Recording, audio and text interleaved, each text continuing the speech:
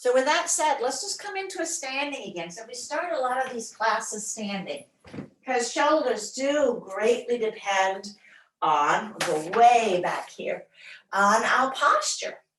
So in somatics and the coins, there's three kind of postures. There's the red light where there's a lot of restriction on the front and the shoulders are being pulled forward. So I'm going to exaggerate a little bit. That's because the pecs are tight, both the minors and the majors, drawing the shoulders forward. And then forward head postures, we end up very easily there. Then there's the back, the green light posture where everything is really tense in the back. And now posture again is thrown off. This is no better because the shoulders are just sort of along for the ride here, often with lack of stability. We also have the trauma reflexes. We may have had something on one side or the other. There could be a traumatic injury, or it could just be repetitive movement. If you're walking a dog for many years, or like I did, I was riding my bike with my dog in one hand, and that creates a different pull on that arm, and my shoulder is now saying, why on earth would you do that for years? So these things that we do habitually do matter greatly in how our body functions. So I invite you, as you stand, moving out to a wall, because that always gives us a good baseline for our posture, with the heels as close to the wall as is comfortable for you. Drawing the tailbone down the wall, so the sacrum is moving towards the wall. The sacrum moves towards the wall. And you feel that the low back may be flattening a little bit from the anterior tilted forward. That's the green light reflex. We may have the low back with a deep curve in the low back. So we want to minimize that for a neutral pelvis. And then let the shoulder blades slide down the back. Notice if they ride too high. And just by doing that and lifting the sternum, we may now have the back of the head touching the floor. So this is our neutral posture. The head may or may not touch, but the shoulder blades and the orientation of the rib cage is what brings the neck into its neutral alignment. From here, we'll start here today in our quote unquote perfect posture and shrug the shoulders up to the ears. Really squeeze them up. So now we are talking to the upper trapezius, and they work a lot. I'll count them down from 12, 11, 10, 9, 8, 7, 6, 5, 4, 3, 2, 1, and done. So it is that long, slow release of a contracted muscle that helps that chronic tension in a muscle release, as opposed to being forced to lengthen it. It's like pulling a snail out of a snail house. It's just going to right back in again. So right now we're coaxing the snail out on its own volition. Let's do that one more time. Squeezing the shoulders right up to the ears. The upper traps on the job.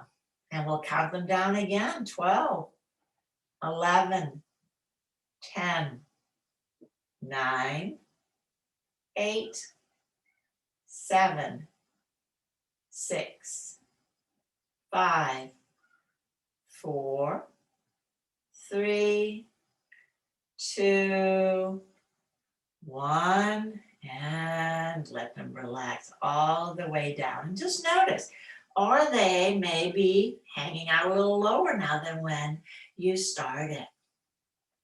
The shoulder movements, and that's assuming we have good alignment around the shoulders, are really impressive. We have abduction, abduction, out to the sides, and take your arms out and up as high as they go comfortably. Just evaluate where are they going as you take them out and up. So we release the upper traps to help with this movement, taking them all the way down. So this 180 is normal range of movement. Likewise, we can also take our arms forward and up. So now we are using different muscles to facilitate this. Your shoulder blades here are still traveling out and up. This also ideally is 180 straight up. Notice your shoulder blades moving on your back. I said, put in the email, 17 muscles attaches to the shoulder blades. That's just downright impressive. Now, standing tall, take your arms behind you. Shoulder extension. What's available here? Noticing, so here we're looking for about 45 degrees. Again, normal, but that may not be available currently. And then of course we have, and I'll stand forward again, we have external rotation where the shoulder blades are drawn together, the arms are rolling outward. Come a little bit closer, you can see my arms are doing. So the rotation of the arm, and we can do external and we can also do internal. So this is where the rotator cuff are also involved. How does that feel? You can feel when you do external rotation, the pecs have to release this event or they're not going, and your rhomboids on the back, the muscles between the shoulder blades, they need to be on the job to do this. So we're going to work this whole area of muscles tonight. So now I invite you to come onto your back, onto your mat. And let's start with our legs straight. So we'll call this supine Tadasana, reclined mountain pose. And notice when we switch gravity around, your sacrum, your shoulder blades, the back of your head. In this position, does your chin pull away from the chest? Are the shoulders coming up? In which case, I advise you to take a blanket and place it under the head so that your shoulders can relax down, that there is no unnecessary pull on the neck muscles. Notice if you're listening to one side. Do you feel one shoulder blade more acutely than the other?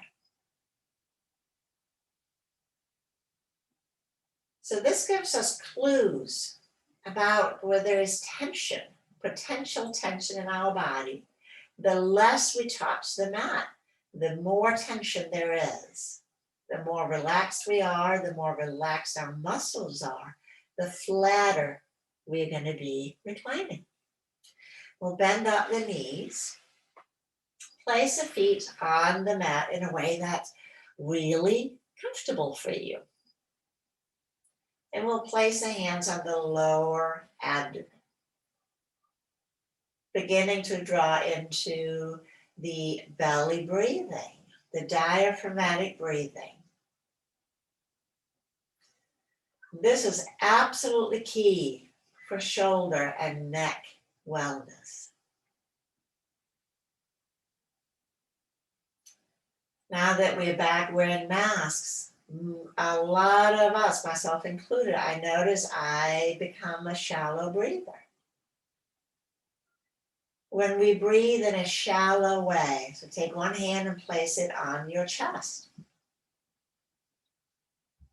And then do what I call the Scarlett O'Hara breath. You're going to inhale. And you're going to take a deep breath into the upper chest. And notice how the belly actually pulls in as the chest rises up. And then let go of that. In this way, we are not using the diaphragm to breathe. What we're using are the neck muscles and the pec minors. So a backward breathing practice called by some. So let's skip that one. Take both hands to your lower abdomen and we return to the diaphragmatic breathing. Now, if you're not sure if you are a chest breather, you can leave one hand on the chest. And as you breathe in and out, does the chest rise with the in-breath? And then once you become conscious of that, we can begin to untrain this habitual pattern.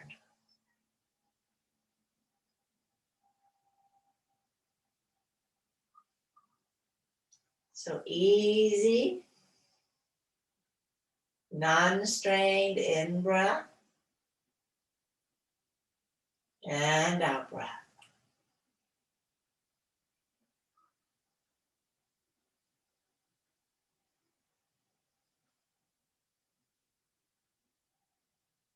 which then prepares us to begin to move into the arch. Now, first movement. You can keep your hands on your abdomen or you can let them relax out to the side if that feels better for your body. Just sticking with the diaphragmatic breathing. And on the next in-breath, gently, slowly contract the muscles on the low back so that your low back lifts away from the mat and you begin to roll towards the tailbone. As you exhale, release this contraction slowly and evenly, allowing your spine to float back to neutral. Taking a buffer breath in and out, and we'll repeat. Inhale, gently arch the low back, sense this contraction, so the sensory nerves are turning on acutely when we work with this, and we are telling our brain what we're doing. And notice, are you moving evenly on the sacrum, not rolling more to one side than the other?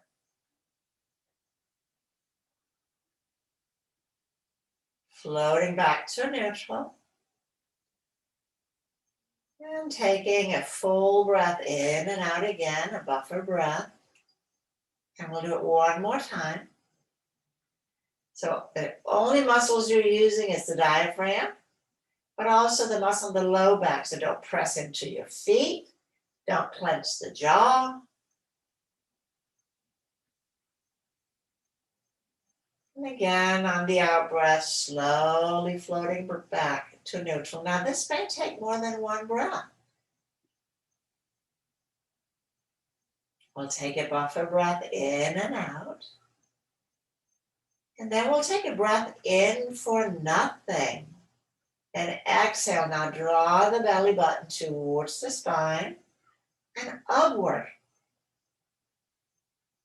And slowly release this as you inhale. We'll take a buffer breath here. And when you're ready, take another breath in for nothing, belly breath. And exhale and draw the belly button to the spine and upward, as if you could pull it right up under the ribs. And again, slowly release.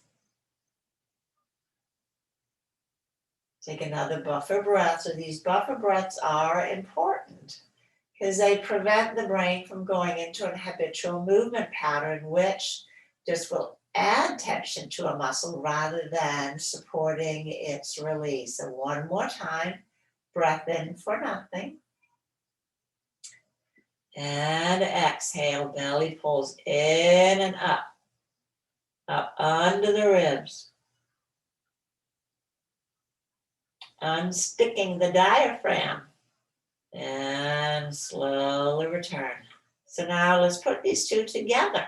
But it's nice to start with them separate so we can really create a relationship with each one. So in yoga, we do these much faster back and forth because we do them to irrigate the spine and the disc more so than rehabilitating movement patterns.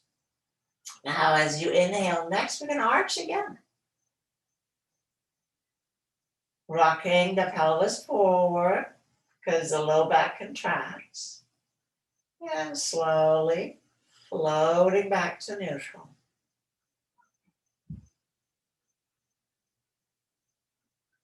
Easy and evenly. Once at neutral, take a breath in for nothing. And exhale again. Draw the belly button down and up. It's the zip and sit movement. Zipping up the zipper and then tightening the drawstring. And then letting go. And once you're back at neutral, take a buffer breath. And then repeat. Inhaling, muscles are contracting, complement of the motor nerves. The motor cortex sends a message to the muscles to contract. We are sensing this. Yep, did happen. And then slowly releasing back to neutral. So the more we pay attention to the movements, to the sensations, going back to the brain, the more access we have to the movement. Breath in for nothing. And exhale. Hollow out. Zip and sense. Lower abdomen. Slowly releasing. So really good core work here. Getting us in contact with the center of gravity in our body where ideally all movement originates. Let's do it one more time. So buffer breath in and out when you're ready. Arch. Contracting. Releasing the low back.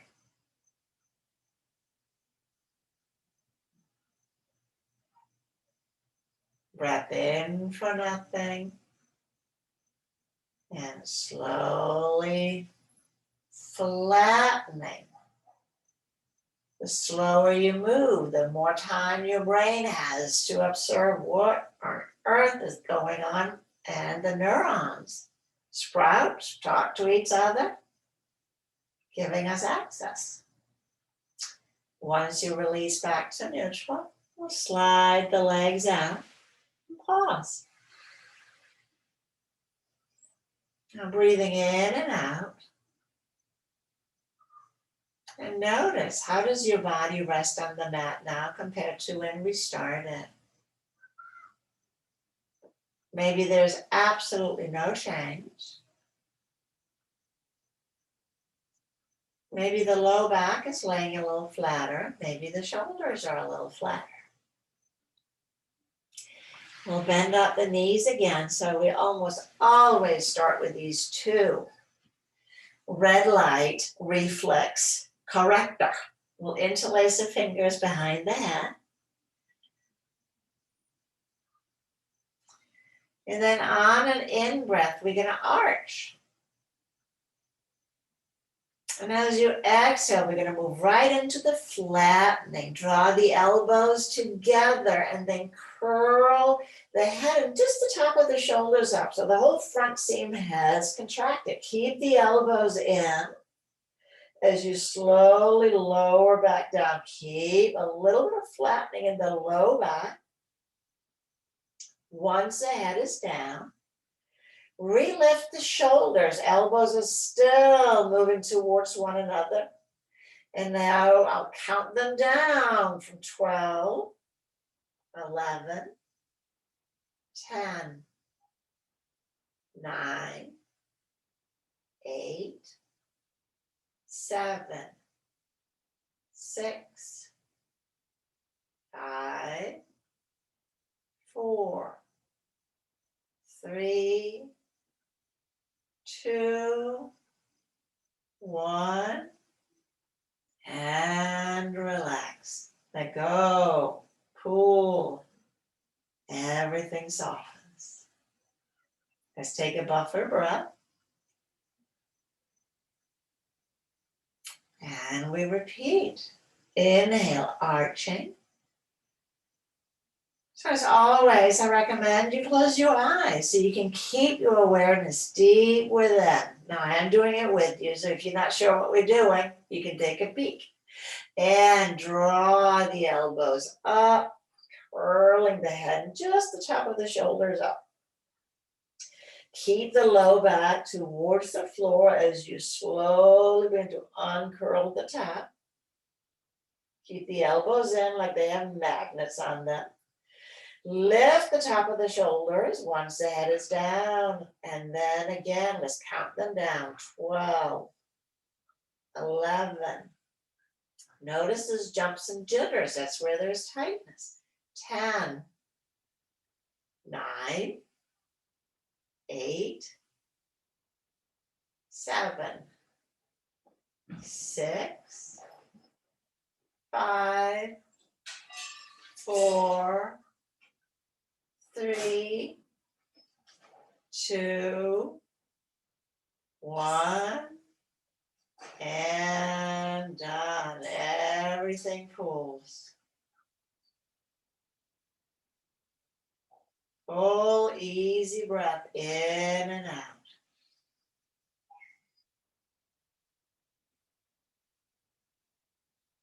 One more time.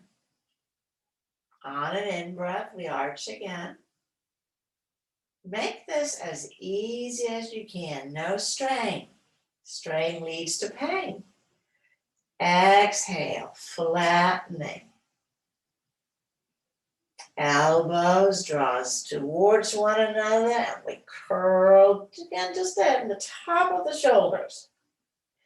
Keep the low back, flattening as you slowly lengthen out the front seam.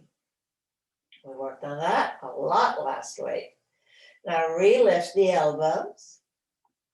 And again, slowly spread your wings. 12, 11, 10, 9, 7, oh, forgot 8, 6, 5, 4, 3, 2, 1, and down. And taking your left knee in and hold it with your right hand. So we often do the diagonal arch and flatten. Tonight we're going to do a straighter upper, except in this variation, our pec minors get a little bit more release. So again, we're going to go right for the arch on your in-breath, arch the low back. Now exhale, draw the left knee in, and we're going to curl up towards the knee. Draw your left elbow towards the left knee. And then slowly releasing down. Let everything come all the way down.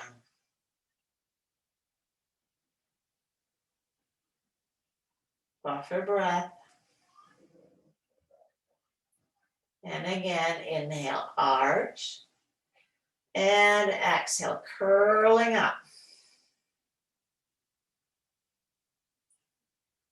And slowly lengthening back out again.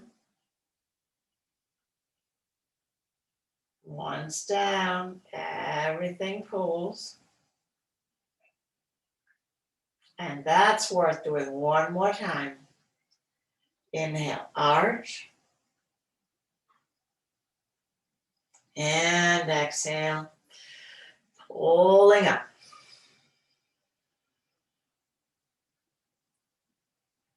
Slowly lowering down.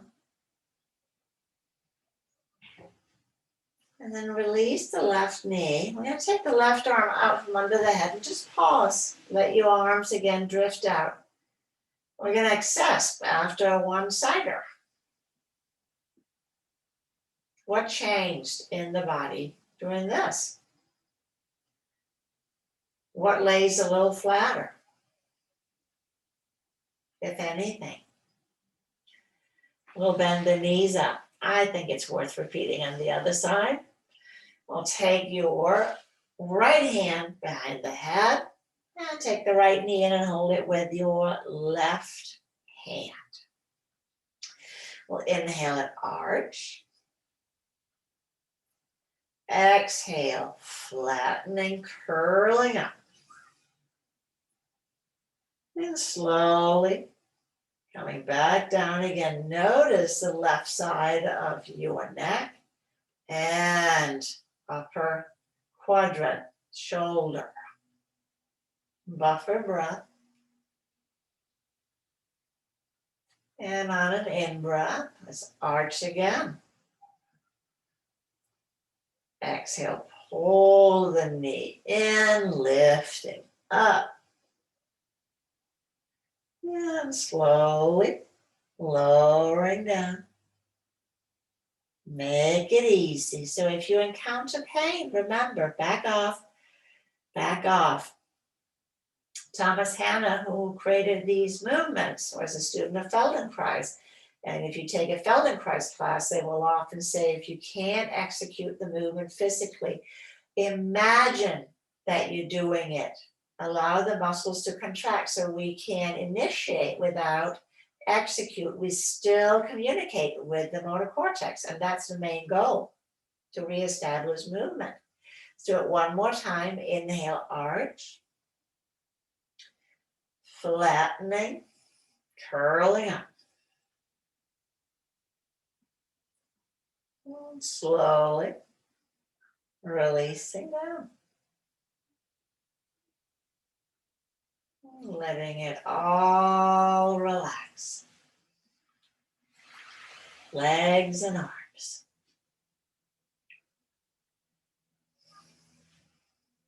And assess what changed.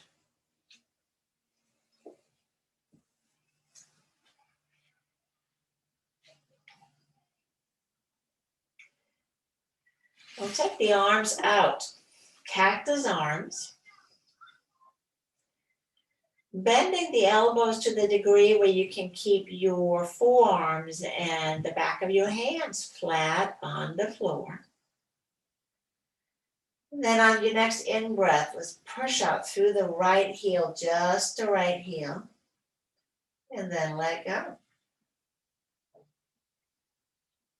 And repeat. Right heel pushes out. And let go. And take the right hip down with you. So a little hip movement. So the pelvis is now going diagonal to the body, and we draw back. And let's do that again. Heels presses down, hip travels down with it, and then we let go.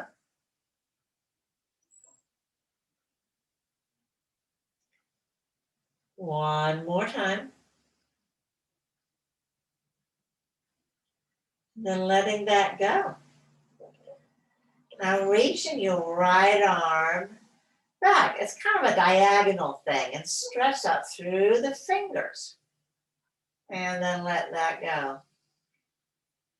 You're now talking with the latissimus dorsi, the wings on the back, sort of an opposite trapezius of it. Reach the arms back. Take the ribs with you. And let that go, sliding back. Reach back, reach into the fingers. Ribs travels along, and we let that go. And again, reaching, arm back, fingers extend, and then press out through the right heel. So now the whole right side gets an invitation to lengthen. So this would be the trauma reflex. We're just working on the right side. Inhaling, extending. And exhale, letting go. Extending, letting go. Gently pulling taffy. Move again in a range that is available and comfortable. Do it one more time. And then letting go. We'll just take the arms down so again we can assess. Breathing in to the right side of your body, the left side. Notice. How does the back body, how is it different from one side to the other?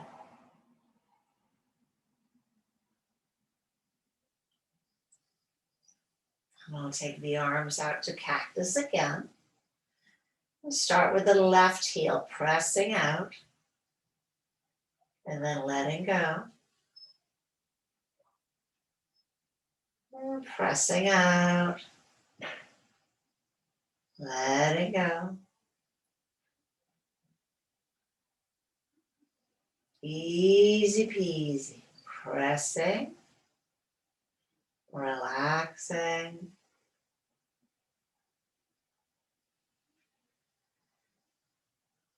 Take the hip down with you. So the whole left leg slides down. That gets the inner obliques. Help them release a little bit.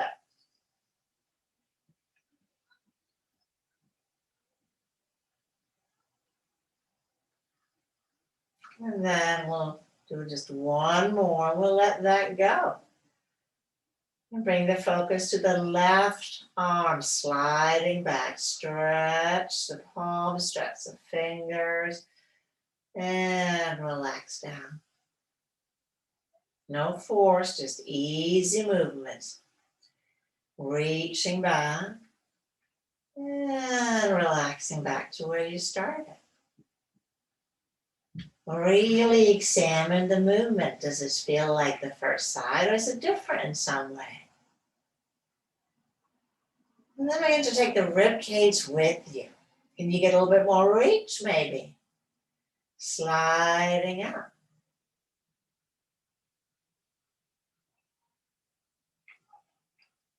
Reaching. The fascia, the connective tissue in our arms, also wraps around the heart and the lungs. So when we are lacking full arm mobility, we are also tensing up around the heart and lungs. That just doesn't sound like a good idea. Now press out through your left heel as you press up through the right hand. So let the whole left side open. Expand.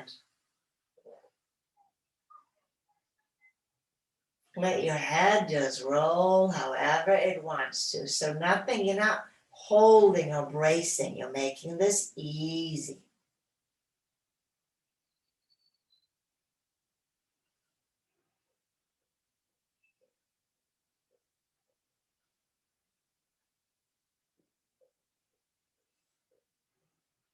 Do it one more time.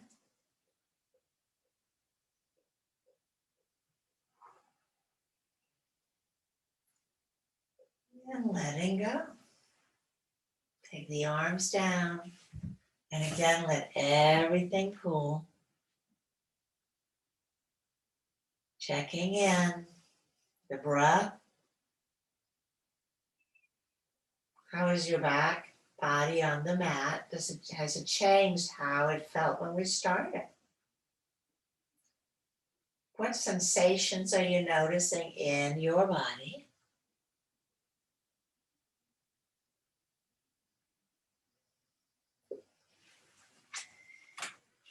So I'm looking at my recipe book and making sure that I'm sticking with it. We're going to roll onto our side, because we're going to do the rising sun. So here, you might want to like an extra blanket. A block can work too, but an extra blanket for your head. So I didn't cue this. My bad. Sorry. So that your head, without a blanket, your head is going to be drooping down. So we want to support the head well. So it is not hanging. It's still in its neutral position.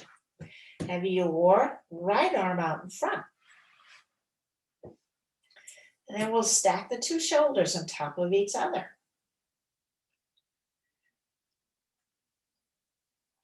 We'll slide. Top arm, the left arm, sliding it back and forth. So we're adding a little bit of rib mobility, keeping your elbows straight. Sliding the left arm forward, so you let your whole trunk roll with the arm. Let the trunk come forward. Trunk comes back.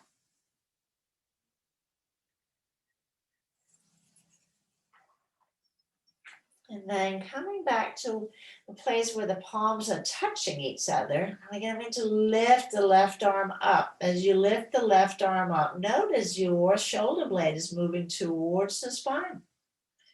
And we'll take the arm back down again. Shoulder blade moving away from the spine.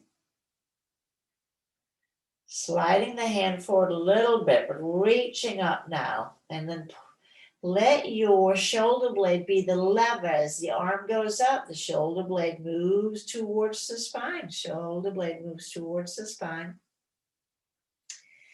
And we come back to where we started. Slowly moving the shoulder blade away from the spine. Palms comes back together. I'll slide my left arm forward again, back. Lift the arm up, pulling the shoulder blade towards the spine as the arm goes up, thinking of them as one unit. There's two different ends. Now as you come to the top, shoulder blade continues to move towards the spine, and I begin to take it all behind me, twisting. I'm not going to go all the way to the floor. I'm going to revolve back again.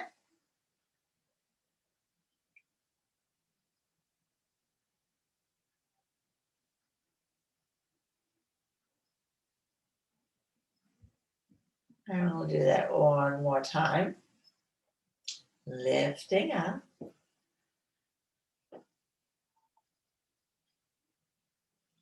Reaching the arm upward as the shoulder blades again moves towards the spine as I begin to let the shoulder blade pull me all the way around. The knees can lift, they don't have to stay together. Draw the arm all the way up again. Pull the shoulder blade now will lift away from the spine as you come all the way back onto the side.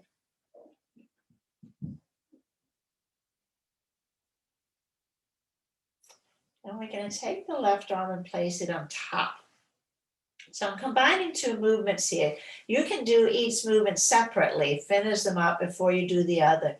But to save us a lot of flopping around, we're going to be a little economical. So we talked about the shoulder movements when we started. I'm going to roll the left shoulder forward. So your arm is going to roll so the palm comes to face up. I'm going to slowly roll the left shoulder back. And as I pull the shoulder blade towards the spine, so the rhomboids are now fully contracted. I'm going to slowly release that.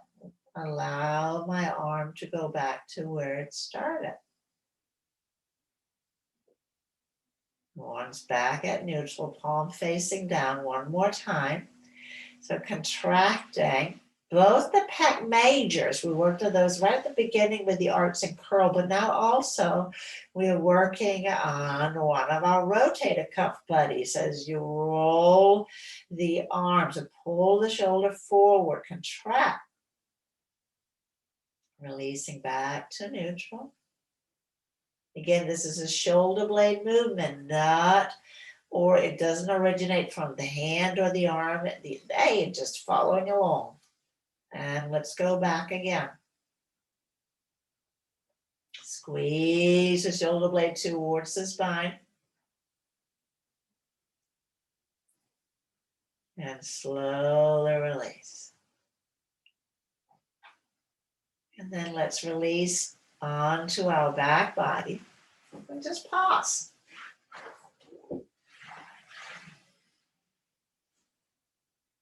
Sensing left side, right side.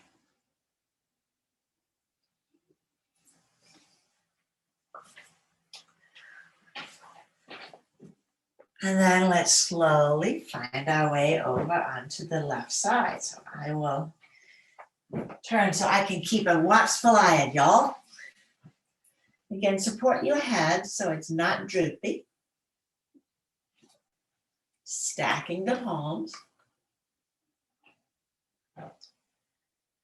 And so we begin with our little slide.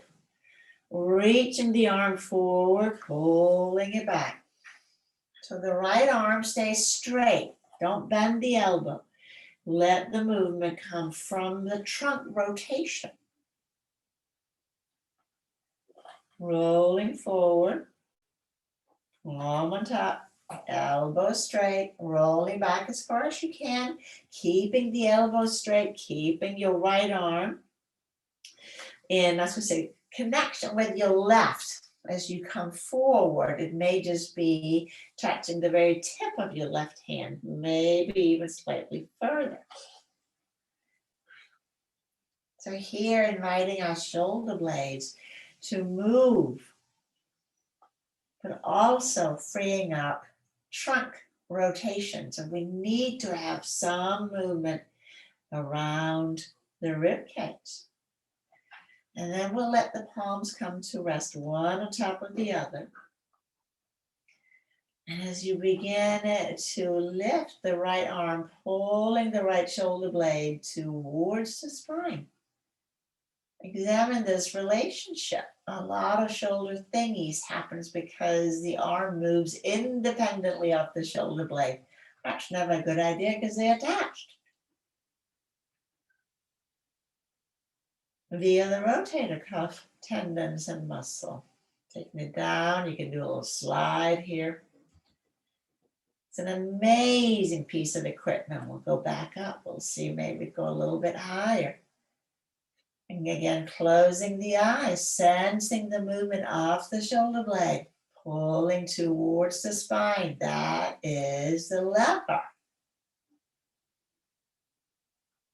That pulls the arm up. And we'll release back down again.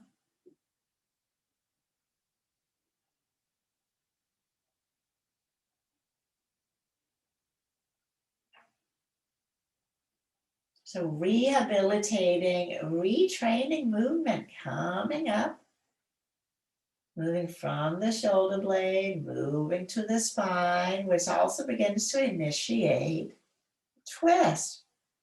As we begin to move the arm behind, inviting the body into the twist. The shoulder blade moves towards the spine.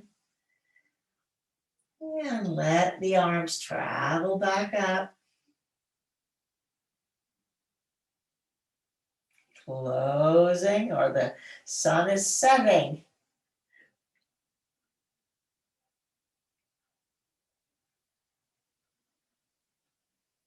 Notice if this side moves like the other one did. Which side is the easy side? Which side is challenging? Again, shoulder blade drawn towards the spine as the arm goes further and further back. So don't move the arm without the shoulders. You begin to roll onto your back body, rolling onto the back body, shoulder blade towards the spine. And up again. Rolling forward. And we'll slide the arm down.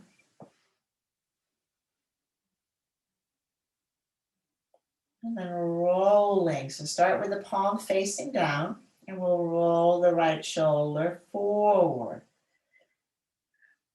Letting the arm rotate upward, palm facing towards the sky.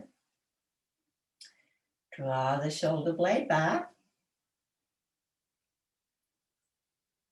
Arm moves, rolls back, palm faces up again. You feel the shoulder blade squeezing onto the back towards the spine again, but now it has a little helper, the rotator. Let's go back again.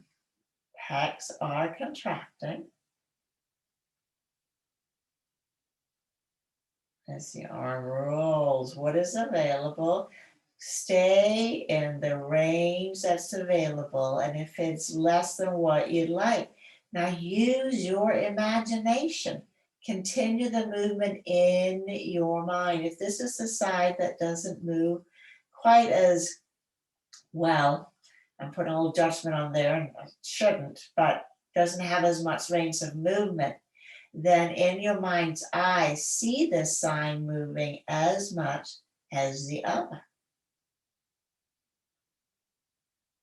Then once you come back to center after the rhomboid, so after the external rotation, you'll come onto your back body again.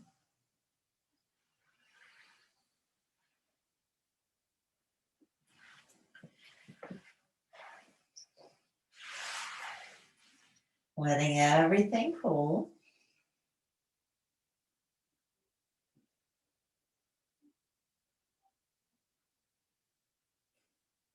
And we'll bend up the knees and we'll sweep the arms out to the sides.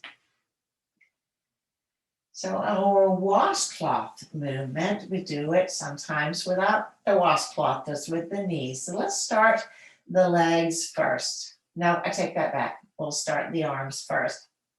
Rolling the arms upward, which I'm rolling the top of the shoulders towards the floor. And you're feeling the shoulder blades are pressing onto the back ribs. And roll the shoulders back towards neutral. And then let your arms, like great big rolling pins, roll towards the feet. So now the top of the shoulders are going to roll, lift upward. And slowly releasing back to neutral.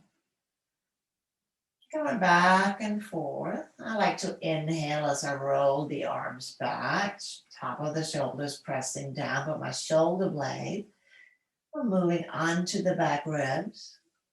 I let go of that. Roll the arms forward, tops of the shoulders lifting. My chin gets a little jutty. So that's the pet minors that we are working with here. Let's do it one more time.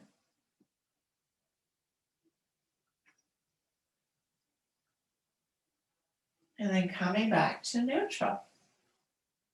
So that went really well. So now let's take the right arm and roll it up towards the head, but roll the left arm down. So opposite arm movements. And releasing back to neutral. Roll opposite. Now, which side does your head want to roll to? Mine wants to roll to the arm that's rolling up towards the head. Rolling back. Yours may want to roll opposite. Investigate. What is an easy move for you?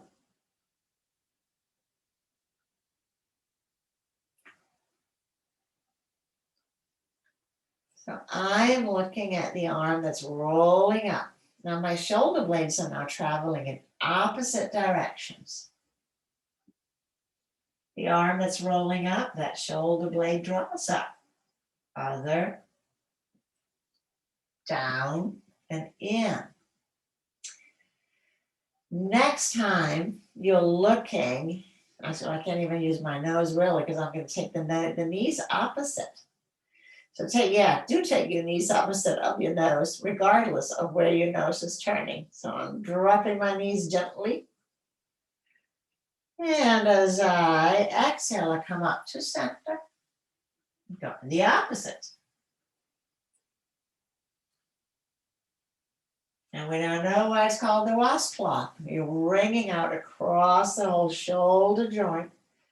Arms are rolling in opposite direction. Like, again, great big cake rollers.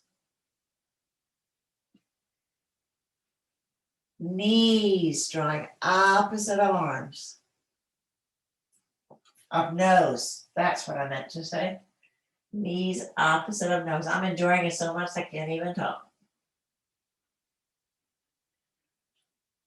Make it easy.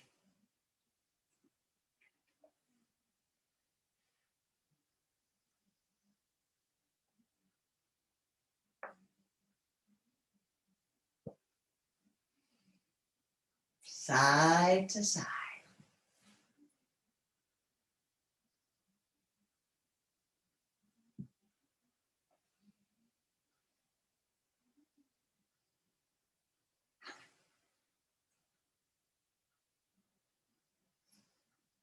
Next time you come up to center, pausing. Let's take the knees in.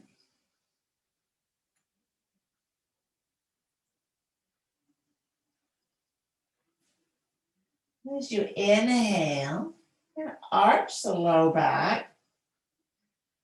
Elbows are going to be pulled straight.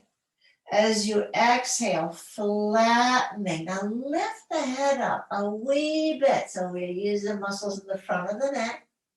And then inhale, arch. Chin up, pulling towards the chest. Exhale, flattening. Let the head lift. Again, not a big lift. Do that one more time. Inhale, arch. Exhale, flatten, knees in, head lift. And we're going to take the head down. Take the legs down. Across, straightening everything out. Gently turn your head from side to side. Side to side.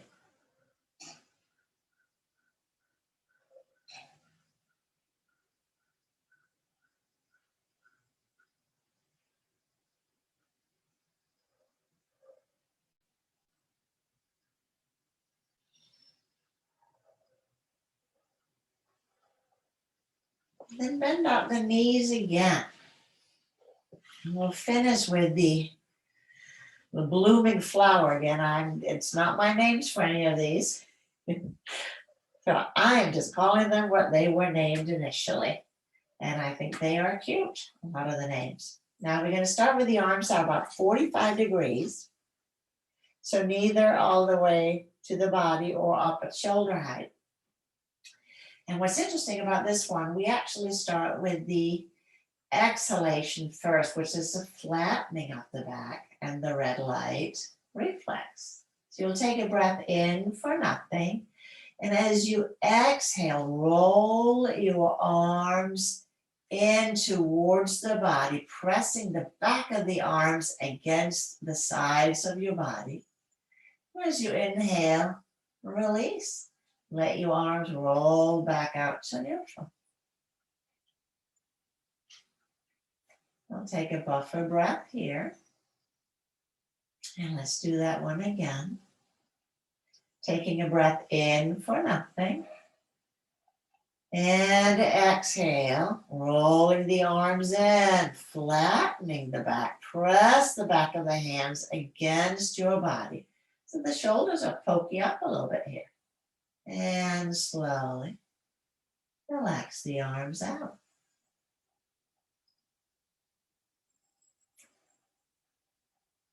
And now we'll explore that one more time, and we're going to add the opposite movement to that, which, let's do that one alone first. On your next in-breath, rolling the arms out, pull the shoulder blades together. So here we are arching.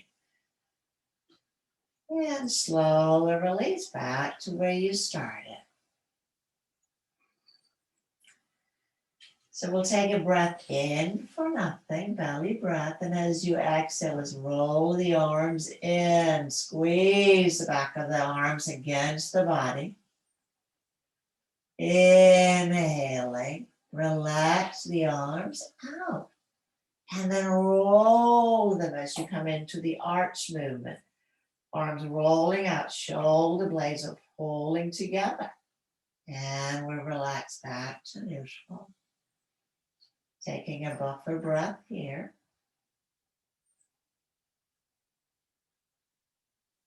And we'll do it one more time. Take a breath in for nothing.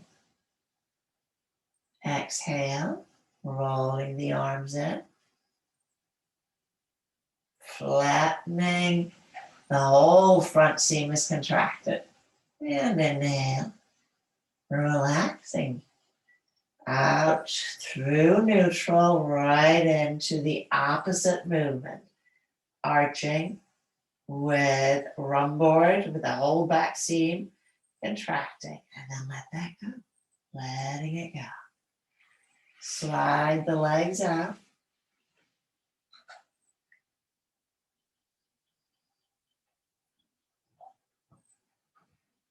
Pause as you breathe in and out of your body.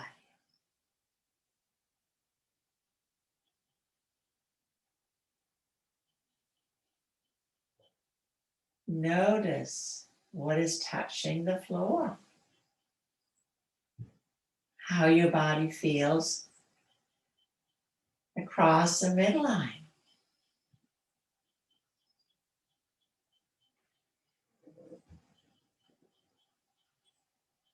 Is it laying a little flatter? Is there a little bit more ease, a sense of spaciousness?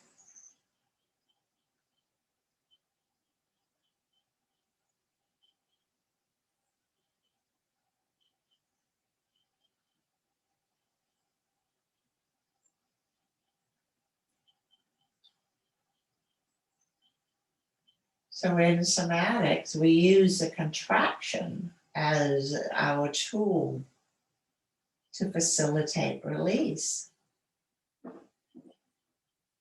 The other side of the coin, not forcing flexibility, but allowing it to occur naturally by removing tension.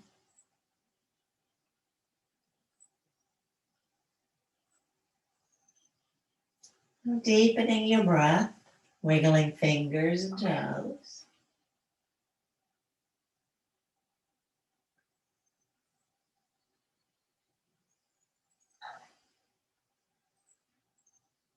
Bending up the knees.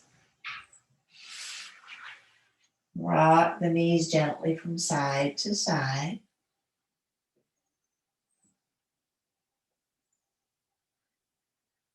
Eventually rolling all the way over onto your right or left side.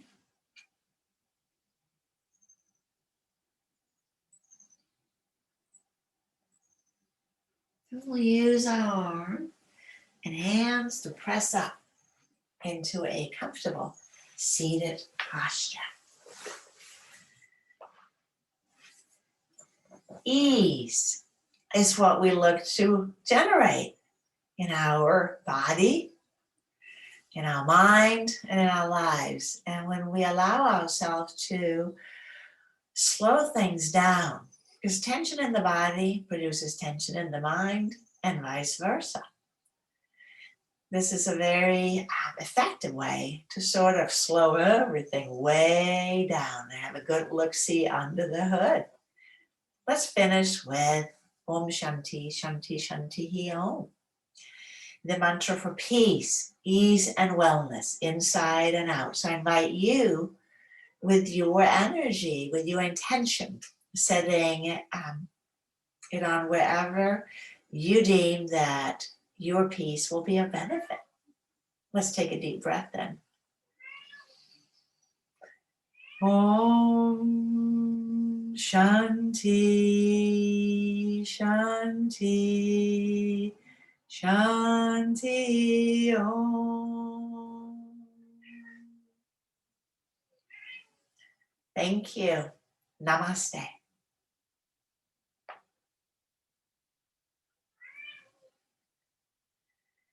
And I invite you to unmute, stand up, have a walkabout, and tell me how you're feeling.